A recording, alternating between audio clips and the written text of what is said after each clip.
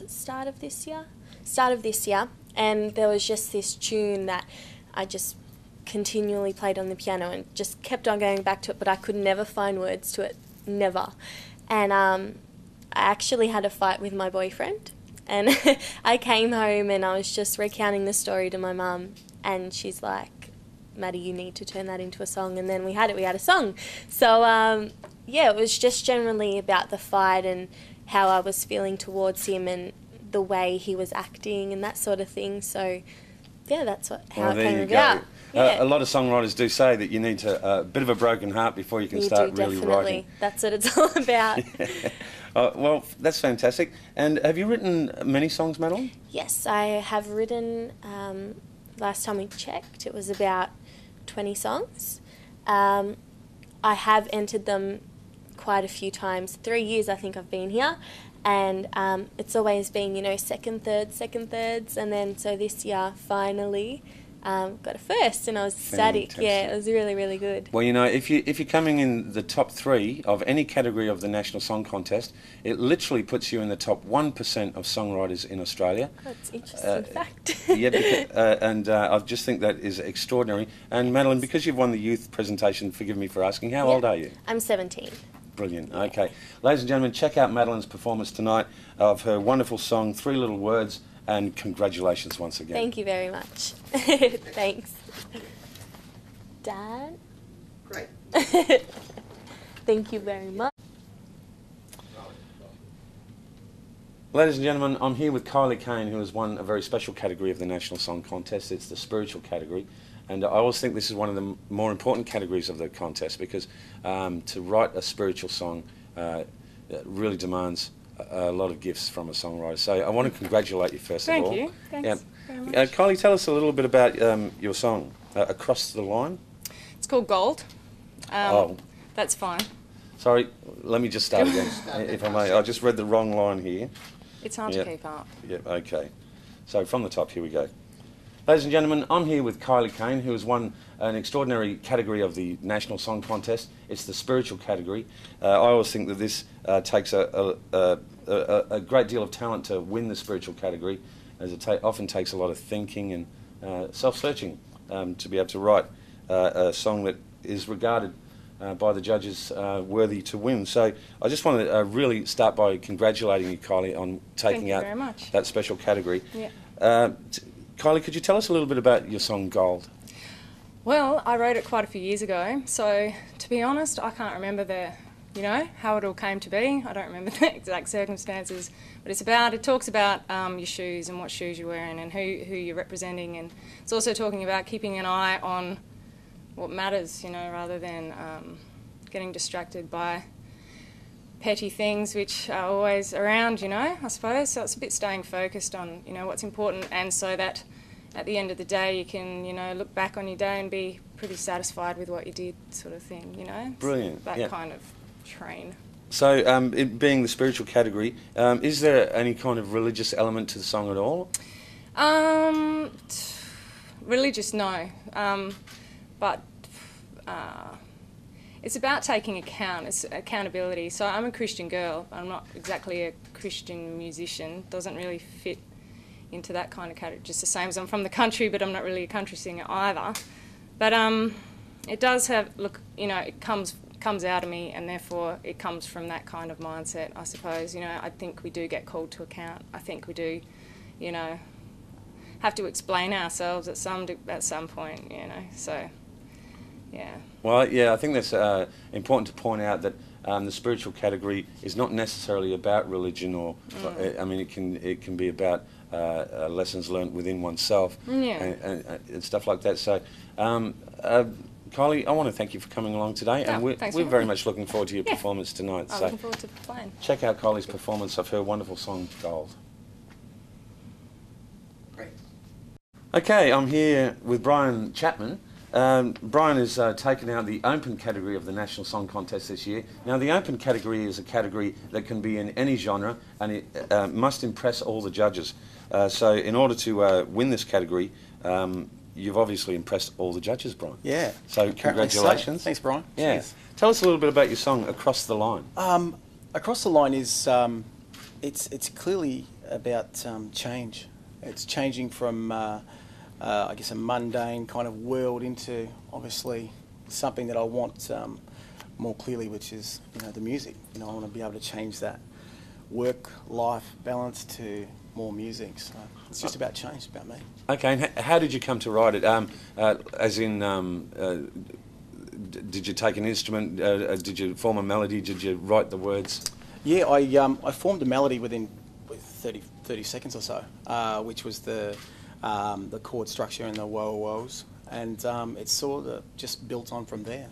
Okay, yep. Yeah. So it is amazing. I know what it's like to form a melody in 30 seconds and then spend the next 30 years writing the lyrics. Exactly right. Yeah, it was a good 12 months afterwards that it finally came to fruition. Yeah. Yep. Now, Brian, have you got any product, any CDs available? We don't, but we have a MySpace that people can check us out on. Please feel free to. Which is Black Tea House. So you can either go to our website, www.blackteahouse.com, or you can see us at /Black Tea House on MySpace. And Brian, are you performing alone tonight? I am performing alone tonight, yeah, with a backing track. Oh, good on you. And we're very much looking forward to your performance. And once again, much. congratulations on Cheers, your Brian. win. Thank Thank you. you. Okay, good. Let's start again.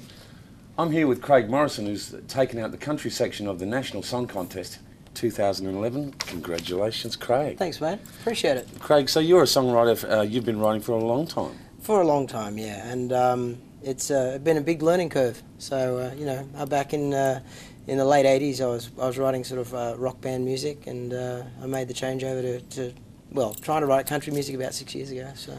And we hear that you've actually taken up residence in Nashville. Yeah, I live there now. I moved there earlier this year, and I'm loving it. I just finished recording an album over there, so it's a dream come true. Must be a great pleasure to play with some of those Nashville musicians. They're amazing. There are some, but you know what? There are some amazing people there as well. So you know, I love both sides of the ditch. Absolutely, I'm sure that our Australian musicians match up. Oh, definitely. Yeah, fantastic. For sure. Now tell us about your winning song. Sure. Hot Kind of Love. I wrote the song. I started writing the song a long time ago, and I just shelved it. It was just sitting in a book, and you know, it come time to get ready for this new album, and my wife said, "You've got to finish that song," and she was on my case over and over and over, and eventually I got the book out and finished it up. It's pretty much, it's just everybody's got their own hot kind of love, and that's what the song's about. It's oh, brilliant. Bit of fun, yeah. And your wife, does she reside with you in Nashville as well? Yes, she does, yeah. Yep. Does she act as your manager even, perhaps? Not really. Well, I'd say she bosses me around a lot. Yeah. But she co-writes with me more than anything else, and she's also my beautiful wife and the mother of my little 2-year-old son, so it's all good. Well, it's certainly a true pleasure to have you here back in Australia to perform your song tonight, and we're very much looking forward to the song and your performance with your whole band, I believe. Yep, that's it. So it's the Australian contingent of your band? Yeah, this is pretty much all of the Australian band. So who we got in there? I got John Lee on fiddle, Brad Kipper on lead guitar, I got Dan Ernie on bass, and Ed Rodriguez on drums. All good guys. I just listened to the sound check and it was magnificent. So check out Craig's performance. It's coming up soon on the DVD. Good on you, Craig. Cheers, mate. Thank you very much. Congratulations, mate. Cheers. Thank you. Okay, beautiful. Hi, we're at the Australian Songwriters Association 2011 Songwriters Awards night, and I'm here with Steve Kilbey. Steve, welcome. Thank you.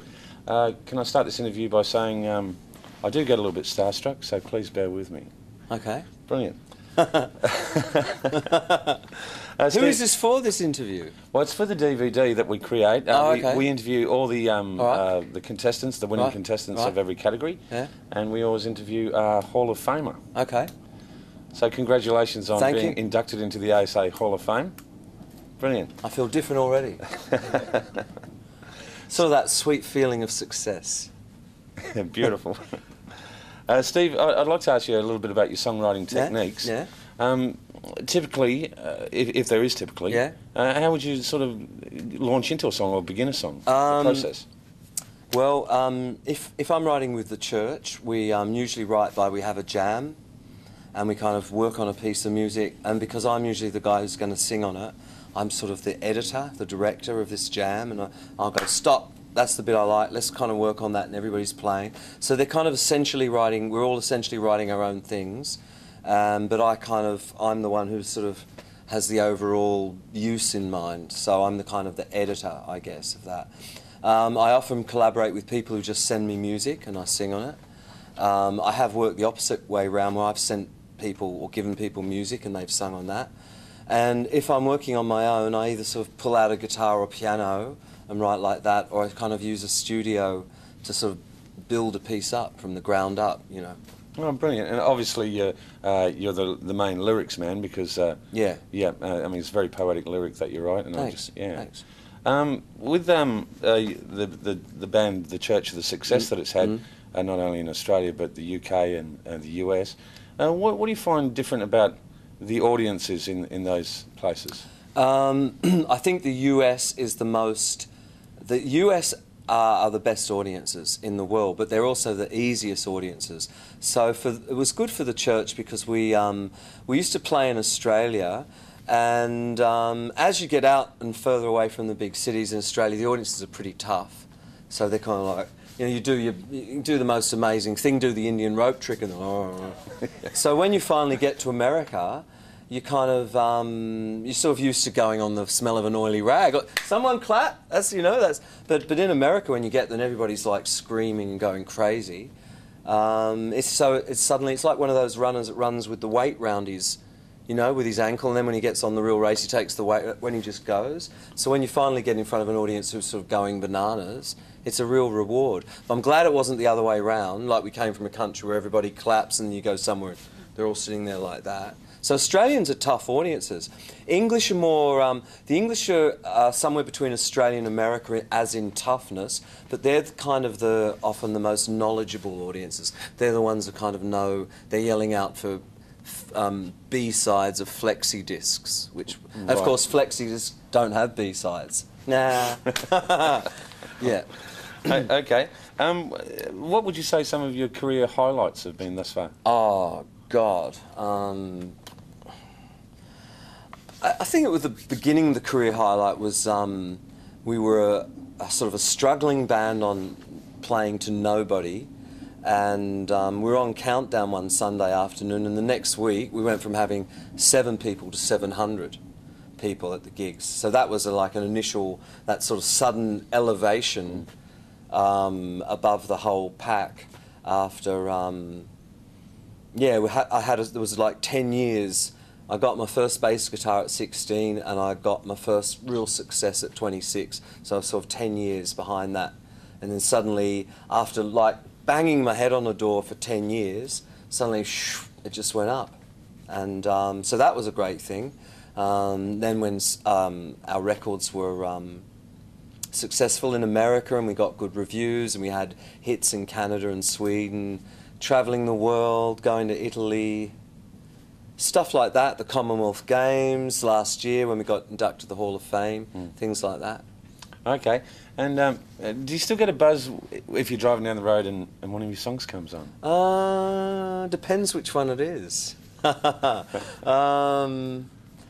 I guess I do, yeah. Yeah, I guess I do, especially if I have my kids in the car, it's really good. Now, listen to this. Listen to this on the radio. Who's that? It's Daddy. It's Daddy on the radio. Yeah, that's all right. Oh, you know, it's not quite. When I was 26 and our songs first came on, we were like amazed. We were driving along, the whole band, and suddenly our song came on. But it's not really like that anymore. Yeah, okay. And how did it affect you in those early days when you had that initial success? Oh, terribly. Oh, I was the worst rat bag. Egotistical, womanising, taking drugs, you know, all that stuff. The rock and roll dream, basically. No, I wasn't. No, that wasn't me. No, I was a real. I was a bit of an idiot about it. Like, you know, it went to my head a bit, and I was a bit arrogant and stupid, and had a bad case of hubris, and I had that knocked out of me over the years. Yeah, no, it's a bit of a thing because, especially the fact that I kind of worked so hard for 10 years and then suddenly it happened. It was a bit like, you imagine you're pushing so hard on a door and suddenly someone opens it and you go, oh! And you're in, you're signed up for everything. Yeah, yeah. Excellent. And, okay, tonight